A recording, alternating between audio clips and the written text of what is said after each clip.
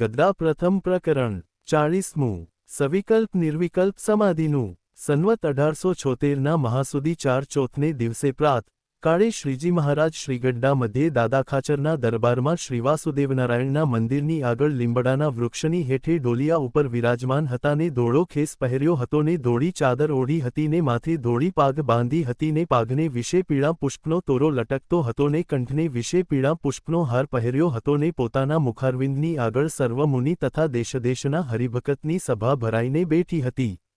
પછી શ્રીજી મહારાજને મુક્તાનંદ સ્વામીએ પ્રશ્ન પૂછ્યો જે હે મહારાજ, સવિકલ્પ સમાધિ તે કેને કહીએ ને નિર્વિકલ્પ સમાધિ તે કેને કહીએ?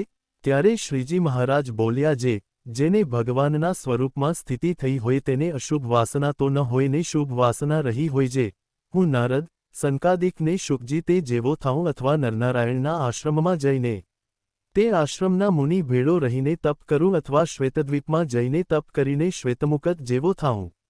એવી રીતનો જેને વિકલ્પ રહેતો હોય તેને સવિકલ્પ સમાધિવાળો કહીએ. એને જેને એવી રીતનો વિકલ્પ ન હોય તે અક્ષરબ્રહ્મના સાધામ્યપણાને પામીને કેવળ ભગવાનની મૂર્તિને વિશે જ નિમગ્ન રહેતો હોય તેને નિર્વિકલ્પ સમાધિવાળો કહીએ. પછી વળી મુક્તાનંદ સ્વામીએ પ્રશ્ન પૂછ્યો જે હે મહારાજ, ભકિતમાં ને ઉપાસનામાં તે શો ભેદ છે? ત્યારે શ્રીજી મહારાજ બોલ્યા જે શ્રવણમ કીર્તનમ વૈષ્ણોઃ સ્મરણમ પાદસેવનમ અર્ચનમ બંધનમ દાસ્યમ સખ્યમાત્મનિવેદનમ. એવી રીતે 9 પ્રકારે કરીને જે ભગવાનને ભજવા તેને ભકિત કહીએ.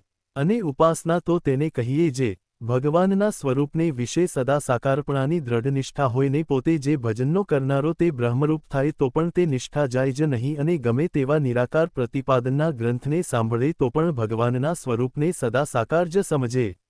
અને શાસ્ત્રને વિશે ગમે તેવી વાત આવે પણ પોતે ભગવાનના સાકાર સ્વરૂપનું જ પ્રતિપાદન કરે પણ પોતાની ઉપાસનાનું ખંડન થવા દે જ નહીં. એવી રીતે જેની દ્રઢ સમજણ હોય તેને ઉપાસનાવાળો કહીએ. ઇતિ વચનામૃતમ 40 અવાજ અવનવા ભક્તિ મેં વિડિયો માટે વિડિયો કો લાઇક અને અમારી ચેનલને સબસ્ક્રાઇબ કરો અને બેલ આઇકન દબાવો જેથી સૌથી પહેલા વિડિયો તમારા સુધી પહોંચે. આગળના વચનામૃત માટે જલ્દીથી કોમેન્ટમાં જય સ્વામિનારાયણ લખો.